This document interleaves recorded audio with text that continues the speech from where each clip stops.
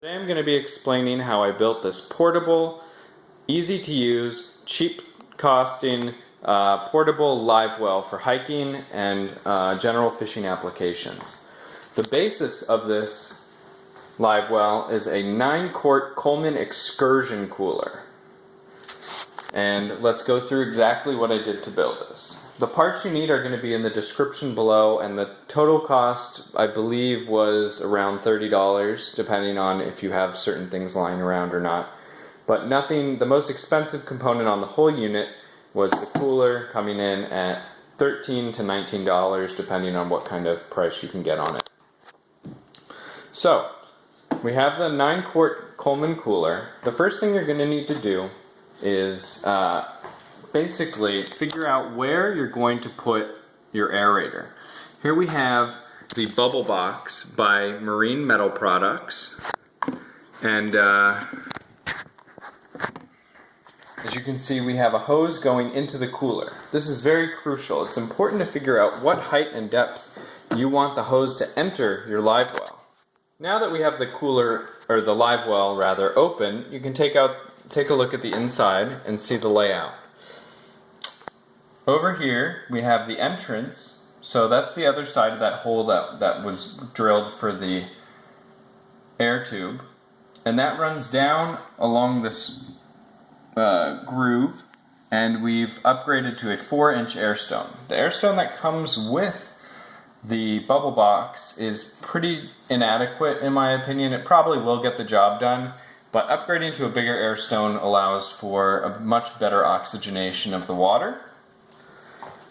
So essentially, you want to pick the hole that you drill based on the level of water that you want to go into.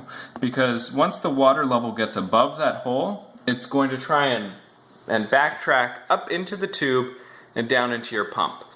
If the pump is on when you fill the live well, you probably will not have this problem, as the air will force the water out from the tube and prevent it from entering in the first place.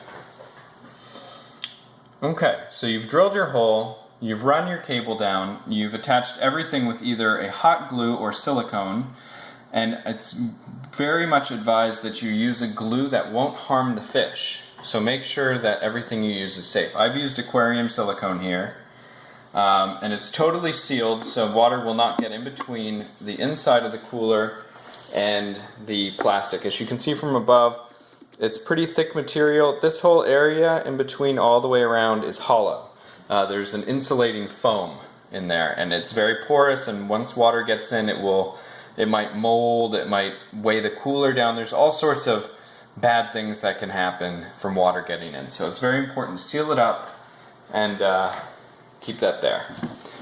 Once you've drilled your hole and mounted your air stone and line securely in there so the fish don't swim and hit it, it's time to mount your Bubble Box to the outside. It's very simple. You can take a Stanley knife or a Dremel and cut a very small slit into the side of the cooler, the diameter of your mounting bracket. These come curved, so it's important to try and flatten out the end. Sorry, let me get a better view of that. It's important to flatten out the end part right here in order to allow it to insert into the side of the cooler. So you've cut a slice, and then you wedge something like a butter knife or something in there to kind of flare it out so that you can just easily go ahead, and let's see if I can do it. Go ahead and slide it right in. Then your Bubble Box will be in there pretty securely. You can optionally you can seal this side as well, but if you do a good job on the inside, there's really no need for that. In fact, leaving this part open, let's say that for some reason your sealing job on the inside part of the tubing leaks, for instance, and water gets on the inside of the cooler. Let's say that you want to drain it. Having this open on this side may give you that option. Coming in around to the front, you're going to notice that I have this rubber strap here. This is I believe, neoprene, I think. Anyway, it's a rubber bungee cord found in the bungee cord section of most hardware stores. I believe this one's 11 inches. It was about $2. And we've removed the S-hooks that come pre-installed in this and replaced it with a small wood screw. This allows it to swivel and move out of place.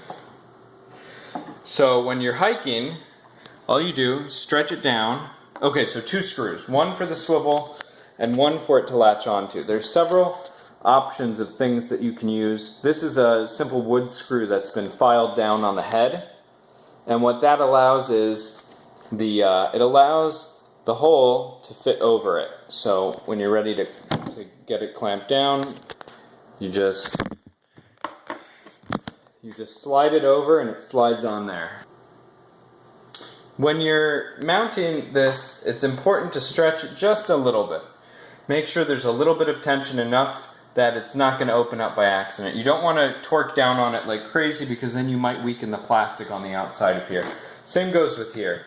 You don't want to use a screw that's going to, for instance, poke through the cooler on either end. You want a very short screw, so it only goes through the first layer of plastic, and you want to space it in a way that makes sense. I thought that this was the best place to put it by looking at the depth or the thickness of the cooler at that portion.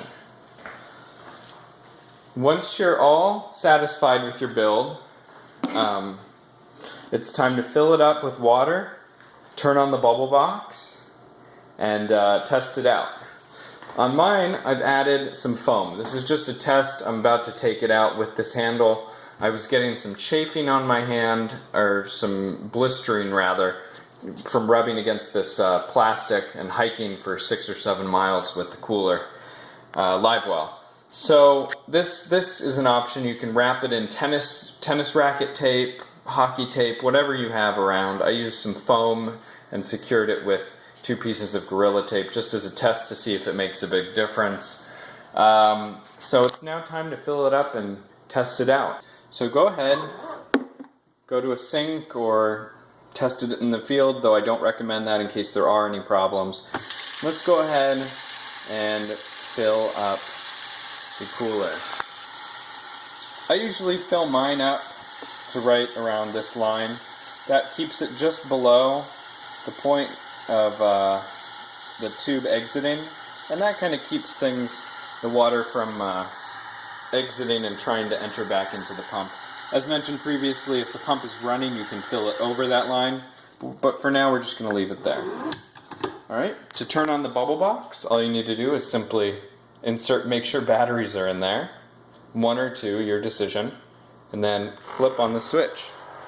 As you can see, we have a good amount of air coming up.